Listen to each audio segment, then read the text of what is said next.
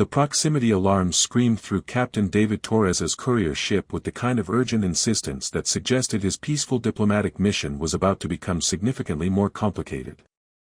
Through his viewport, the sleek forms of Valerian interceptors materialized from stealth-like predators emerging from deep water, their weapon systems already locked onto his small vessel.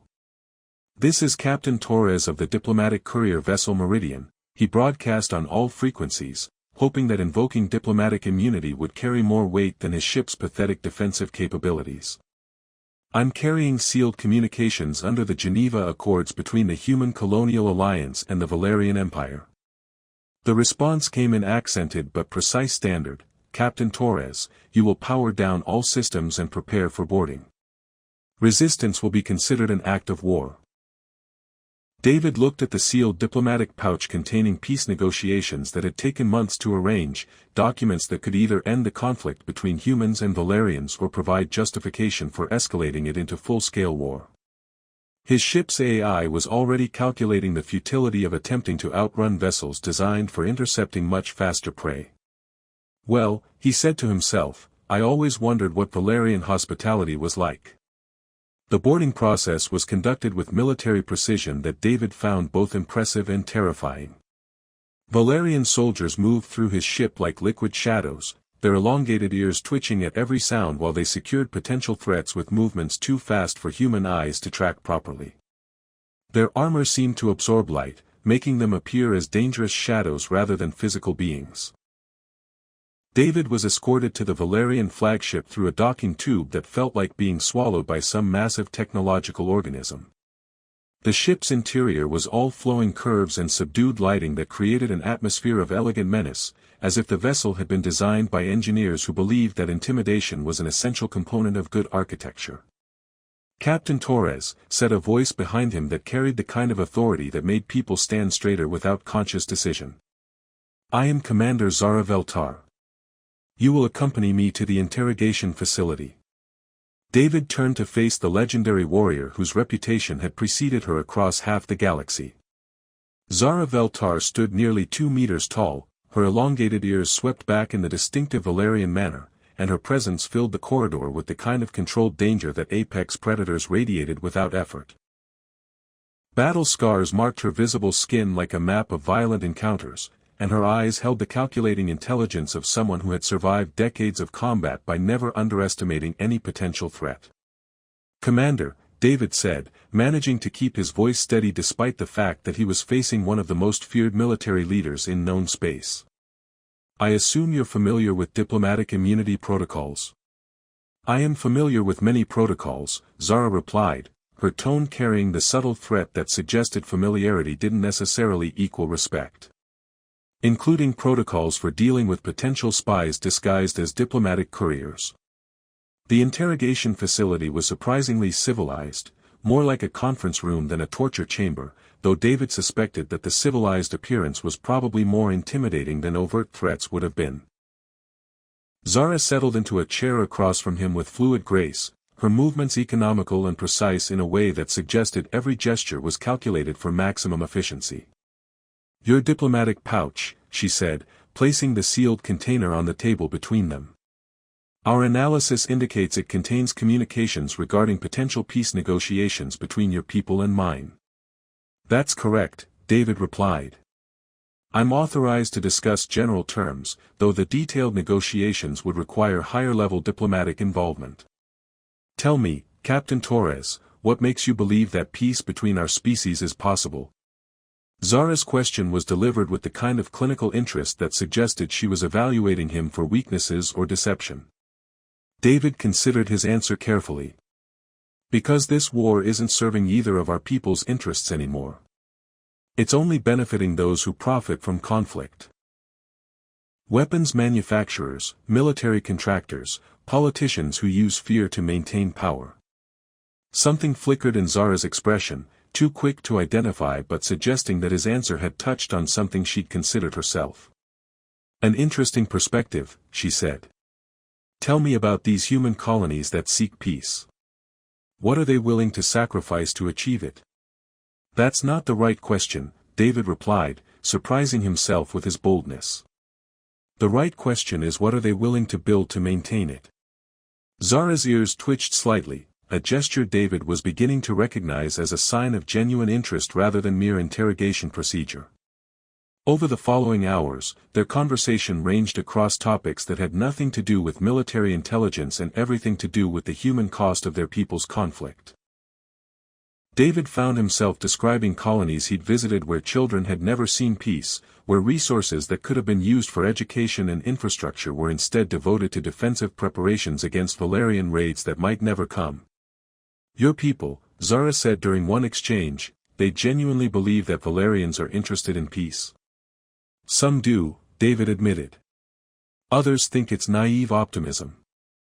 But I've seen what this war has cost both our civilizations, and I think the people who want peace are tired of paying that price. And what have you seen of what this war has cost my people? Zara asked, her tone carrying a challenge. I've seen Valerian prison camps where human civilians are held, David said carefully. But I've also seen the reports of Valerian colonies that have been destroyed by human forces. Neither side has a monopoly on suffering. Zara was quiet for a long moment, studying David with an intensity that made him feel like a specimen under scientific examination. When she spoke again, her voice carried a different quality, less the interrogating officer, more someone genuinely seeking understanding. Captain Torres, in your experience as a diplomatic courier, have you encountered evidence of manipulation by third parties who might benefit from continued conflict between humans and Valerians? The question was so unexpected that David felt his carefully maintained diplomatic composure slip. That's a very specific question, Commander. It deserves a specific answer. David looked at the sealed diplomatic pouch, thinking about the contents he'd been authorized to discuss and the implications of honesty versus discretion. Yes, he said finally. There have been incidents that suggested outside manipulation. Attacks blamed on Valerians that used human weapons, intelligence leaks that seemed designed to provoke escalation rather than provide strategic advantage. Zara's expression shifted to something that David would have called satisfaction in a less intimidating person. We have observed similar anomalies. Raids attributed to Valerian forces that employed tactics inconsistent with our military doctrine, intelligence that appeared to be deliberately compromised to encourage human aggressive responses. You think someone is playing both our sides against each other, David said, the realization forming even as he spoke the words. I think, Zara replied, that you and I may have more in common than either of our governments realize. The interrogation chamber fell silent except for the subtle hum of the ship's systems. David found himself looking at Zara Vel'tar not as the legendary warrior whose reputation had terrorized human colonies, but as someone who might be carrying the same doubts and questions that had driven him to accept this dangerous diplomatic mission. Commander, he said finally, what happens now? Now, Zara said, rising from her chair with liquid grace, I decide whether you are a genuine peace emissary or an elaborate deception designed to provide justification for increased hostilities. David watched her move toward the chamber's exit, then made a decision that surprised him with its suddenness. Commander Vel'tar, he called. If I may ask, do you want this war to continue? Zara paused at the threshold, her elongated ears twitching as she considered the question. When she turned back to face him, David saw something in her expression that he hadn't expected from one of the galaxy's most feared warriors, uncertainty. That, Captain Torres, is a question I will need to consider carefully. The second interrogation session began 12 hours later in what David had come to think of as uncomfortably civilized surroundings. Zara entered the chamber carrying 2 cups of what smelled like some kind of herbal tea, a gesture so unexpectedly hospitable that David wondered if this was some sophisticated psychological manipulation technique they hadn't covered in diplomatic training. Commander, he said as she offered him one of the cups, I have to admit, this isn't what I expected from legendary Valerian interrogation methods. What did you expect? Zara asked, settling into her chair with the fluid grace that seemed characteristic of her species. More intimidation, less refreshments, David replied, testing the tea cautiously. It was actually quite good, with a slightly sweet flavor that reminded him of mint and something he couldn't identify. Intimidation is a tool, Zara said matter-of-factly. But it's not particularly effective for obtaining accurate information from someone who has already demonstrated courage by accepting a diplomatic mission into enemy territory. David looked up from his tea, surprised by the assessment. You think accepting this mission required courage? Captain Torres, you flew a lightly armed courier ship through disputed space carrying documents that could either secure peace or justify war. Either you are remarkably brave or remarkably foolish. I was hoping for brave, David said, then paused as a thought occurred to him. Commander, can I ask you something that might be inappropriate? Zara's ears twitched in what he was learning to recognize as curiosity. Inappropriate questions often reveal more useful information than appropriate ones. David took a breath, gathered his courage, and asked the question that had been haunting him since his capture. If you wanted to kill me right now, could you do it? The silence that followed his question stretched long enough for David to begin wondering if he'd made a catastrophic diplomatic error. Zara's expression shifted through several phases: surprise, confusion, calculation, and something that might have been concern. That is indeed an inappropriate question, she said finally. In Valerian culture, such a question represents either ultimate disrespect or ultimate trust. I am curious which you intend. I'm not sure, David admitted. I think I'm trying to understand whether I'm sitting across from an enemy who's being polite before killing me, or from someone who might actually be interested in preventing more killing. Zara was quiet for a long moment, her dark eyes studying David with an intensity that made him feel like she was evaluating every aspect of his character and motivation. Yes, she said finally. I could kill you easily. My species possesses natural speed and strength that exceed human capabilities by significant margins. I have 17 years of combat experience and training in 43 different methods of ending life efficiently. There are currently 12 objects within my reach that could serve as lethal weapons, and I could render you unconscious or dead before you could form a conscious thought about defending yourself. David felt his throat go dry as Zara's clinical description drove home exactly how outmatched he was in any physical confrontation.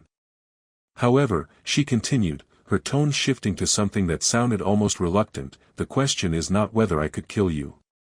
The question is whether I should kill you, and that is considerably more complex. How so? Zara stood and moved to the chamber's viewport, looking out at the stars with an expression that suggested she was seeing something beyond the immediate stellar landscape. Captain Torres, I have been a warrior for most of my adult life. I have participated in 47 major engagements and countless smaller actions. I have killed 132 sentient beings in combat, and I remember each one. Her voice carried a weight that made David realize he was hearing something she rarely shared with anyone. That's a heavy burden to carry, he said carefully. It is the burden that comes with being effective at what I do, Zara replied. But lately, I find myself questioning whether effectiveness in killing is truly what my people need from their warriors. She turned back to face David, her expression carrying a vulnerability that seemed completely at odds with her reputation as a legendary fighter. Each victory I have achieved has come at the cost of lives I could not save. Each successful mission has led to orders for more missions that require more deaths. The war that was supposed to protect Valerian colonies and interests has become a machine that consumes resources and lives while producing nothing but more reasons to continue fighting. David leaned forward, recognizing something in her words that resonated with his own experiences. You don't believe in this war anymore. I believe in protecting my people, Zara said firmly. But I am no longer certain that this war serves that purpose. Too many of the conflicts I have participated in seem designed to provoke escalation rather than achieve strategic objectives. The manipulation you mentioned yesterday, David said.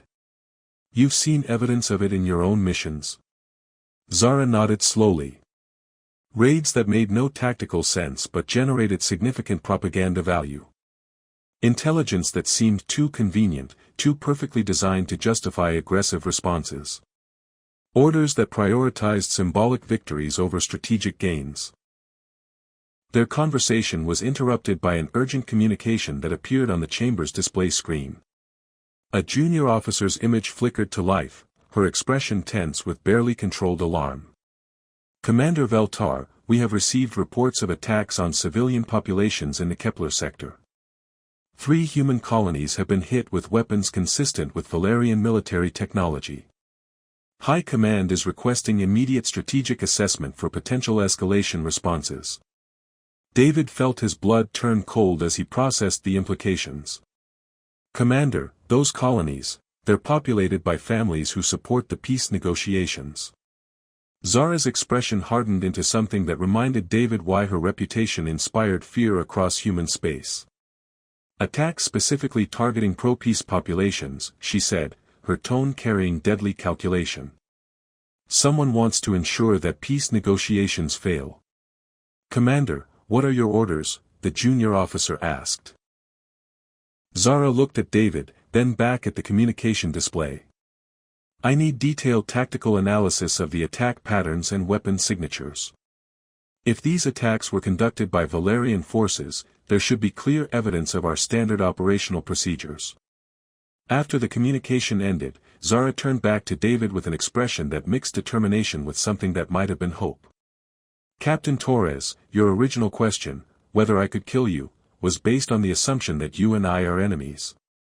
But if someone is manipulating both our peoples into continued conflict, then perhaps the real enemies are those who profit from our mutual destruction. David felt a surge of possibility that was both exciting and terrifying. You think we could work together to expose whoever is behind this? I think, Zara said, that your courage in asking dangerous questions may have created an opportunity that neither of us expected. But first, I need to understand exactly what evidence your diplomatic documents contain, and you need to decide whether you trust a Valerian warrior enough to share information that could either save both our civilizations or doom them.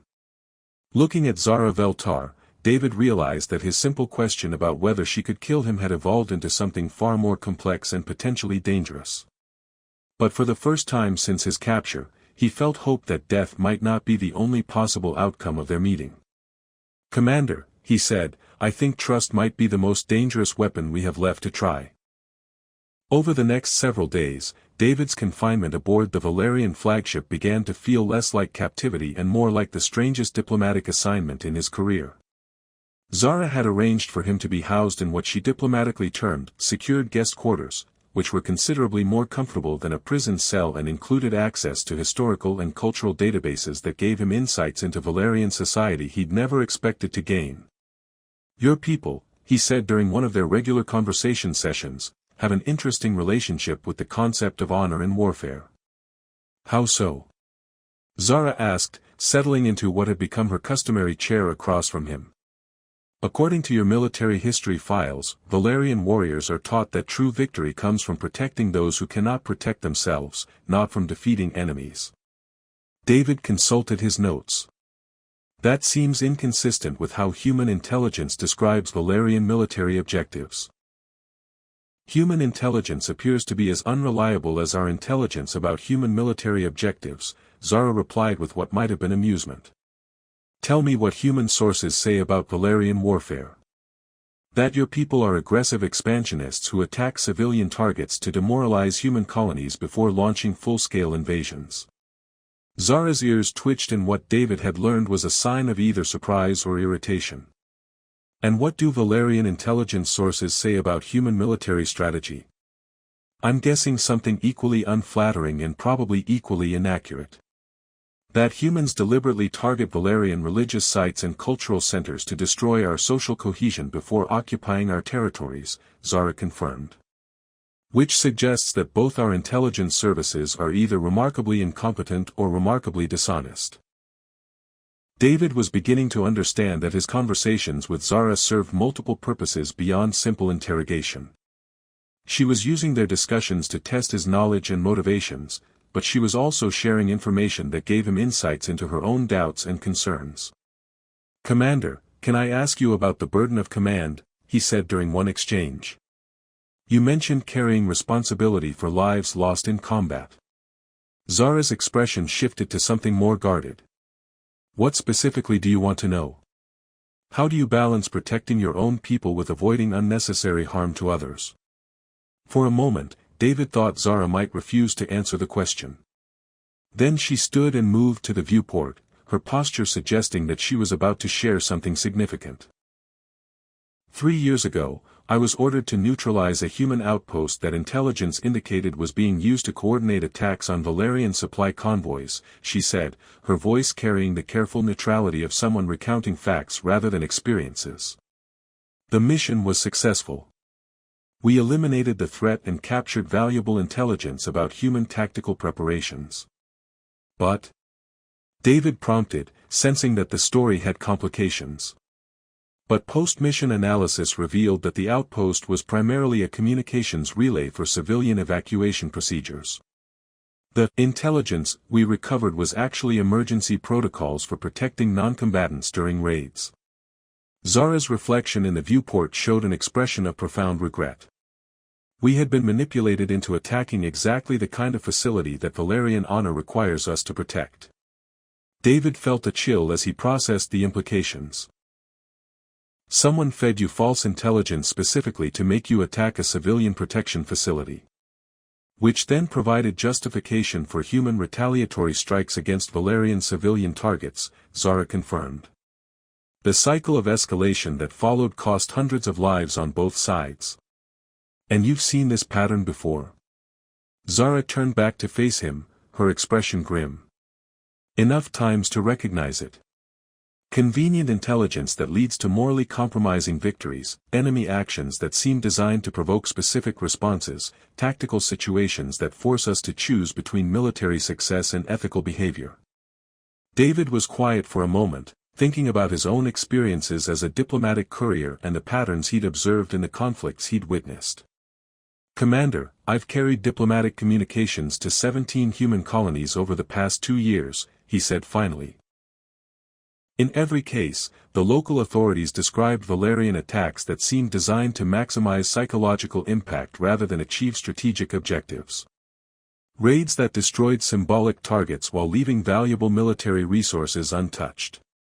As if someone wanted to ensure maximum emotional impact rather than tactical advantage, Zara said, completing his thought. Exactly. And the timing always seemed designed to disrupt peace negotiations or diplomatic initiatives.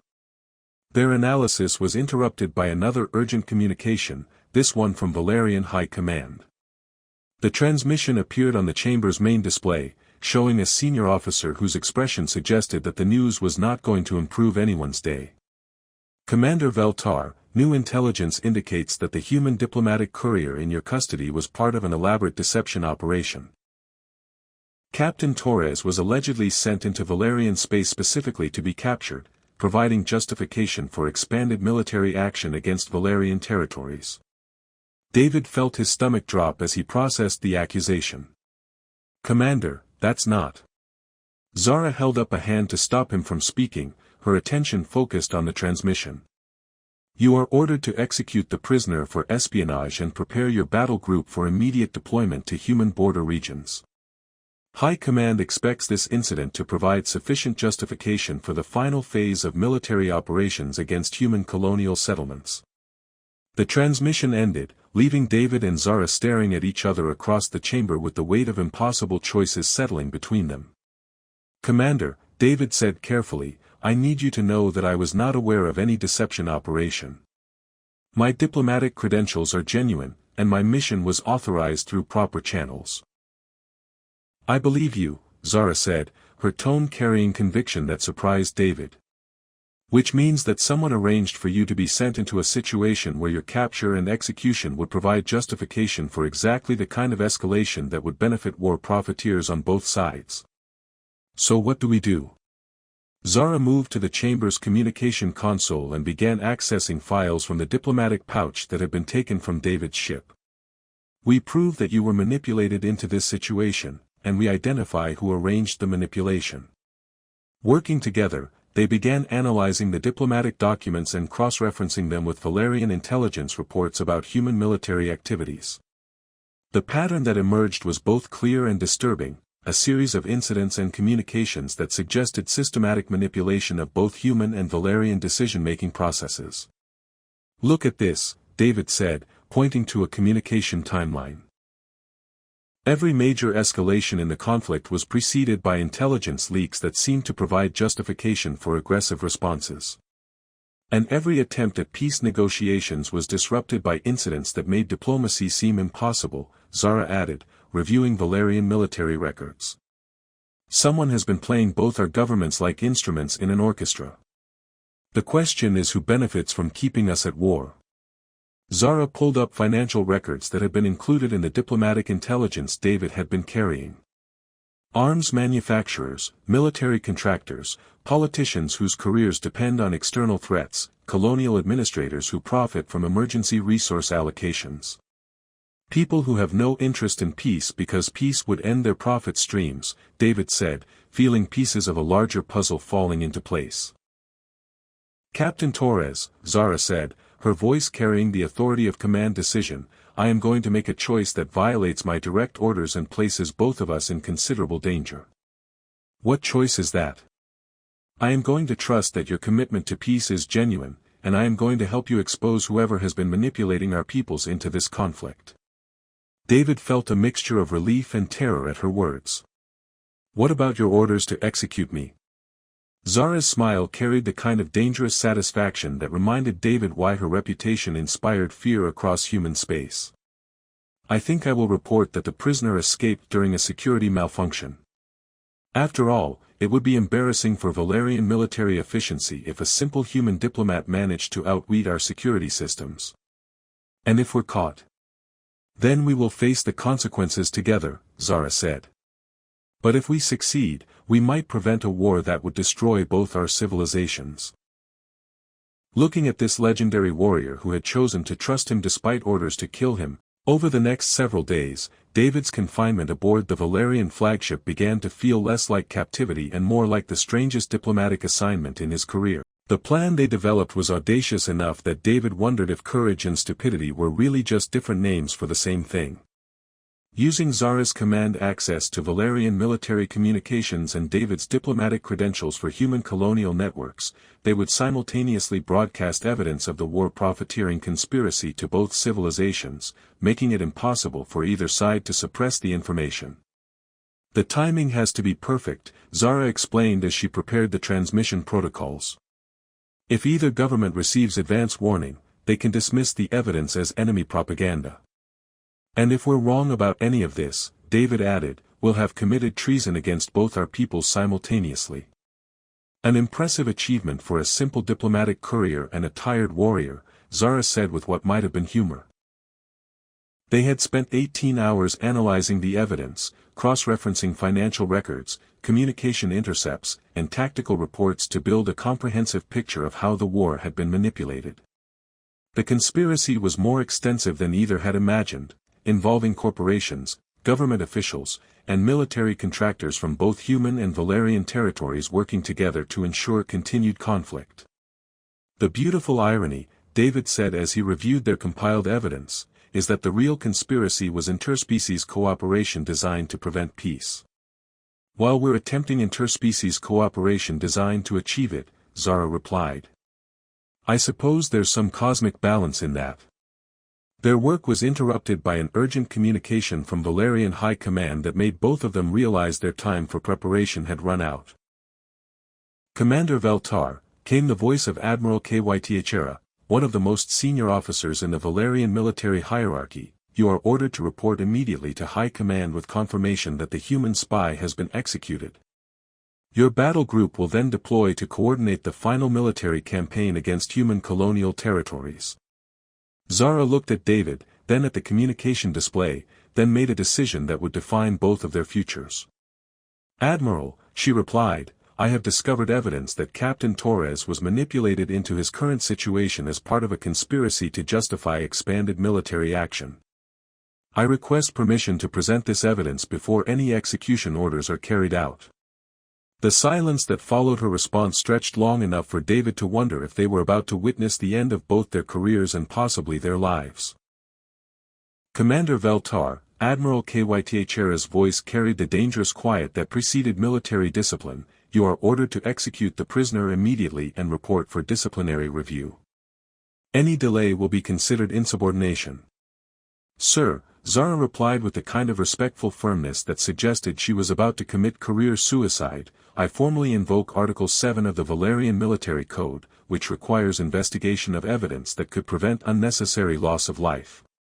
David had no idea what Article 7 of the Valerian Military Code involved, but Zara's expression suggested she was playing her final card in a very dangerous game. You have 30 minutes to present your evidence, Commander. If it proves insufficient, you will face court-martial for insubordination in addition to executing the prisoner. The transmission ended, leaving them with exactly half an hour to prove their case to military leaders who had already decided on a course of action that would lead to full-scale war. Article 7. David asked. The right of a field commander to present evidence of enemy deception that could affect strategic planning, Zara explained, her fingers flying over communication controls. It's rarely invoked and even more rarely successful, but it gives us legal grounds for our transmission. And if it doesn't work? Then we will have tried something unprecedented, choosing truth over orders, peace over duty, and cooperation over conflict. Zara activated the transmission protocols they had prepared. Are you ready to find out whether courage and stupidity are the same thing? David took his position at the human communication console, his diplomatic codes ready to authenticate their transmission to human colonial authorities. As ready as someone can be for committing simultaneous treason and heroism. The broadcast began with mathematical precision, data streams flowing simultaneously to Valerian High Command and human colonial networks. Financial records showing war profiteering, communication intercepts revealing coordination between supposed enemies, tactical analyses proving systematic manipulation of both militaries. Evidence package transmitting, David reported, watching as terabytes of information flowed through communication networks toward audiences that included government officials, military commanders, and civilian populations on both sides of the conflict. Valerian High Command is receiving the data, Zara confirmed. Admiral Kythra is reviewing the materials. They watched their displays as the evidence they had compiled reached decision-makers throughout both civilizations. Financial records that showed how specific individuals had profited from every escalation of the conflict. Communication logs that revealed coordination between human and Valerian war profiteers. Tactical analyses that demonstrated how both militaries had been manipulated into actions that served political and economic interests rather than strategic objectives. Captain Torres, came a voice through the human communication network, this is Colonial Administrator Wells. We have received your transmission and are reviewing the evidence.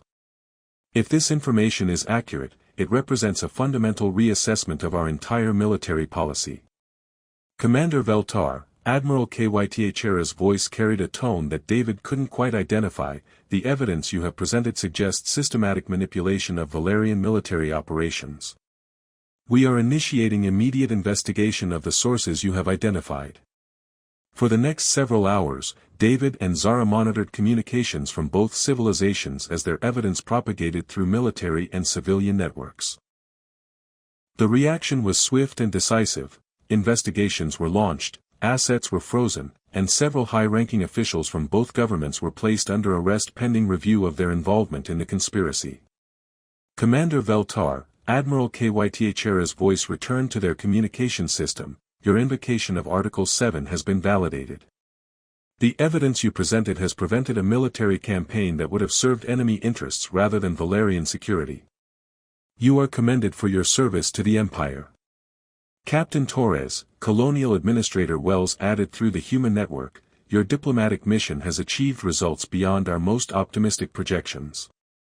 The evidence you have provided will form the basis for renewed peace negotiations with full support from colonial authorities. As the immediate crisis passed and the reality of their success began to sink in, David looked at Zara with a mixture of relief and amazement. Commander, he said, I think you never answered my original question completely. Which question was that?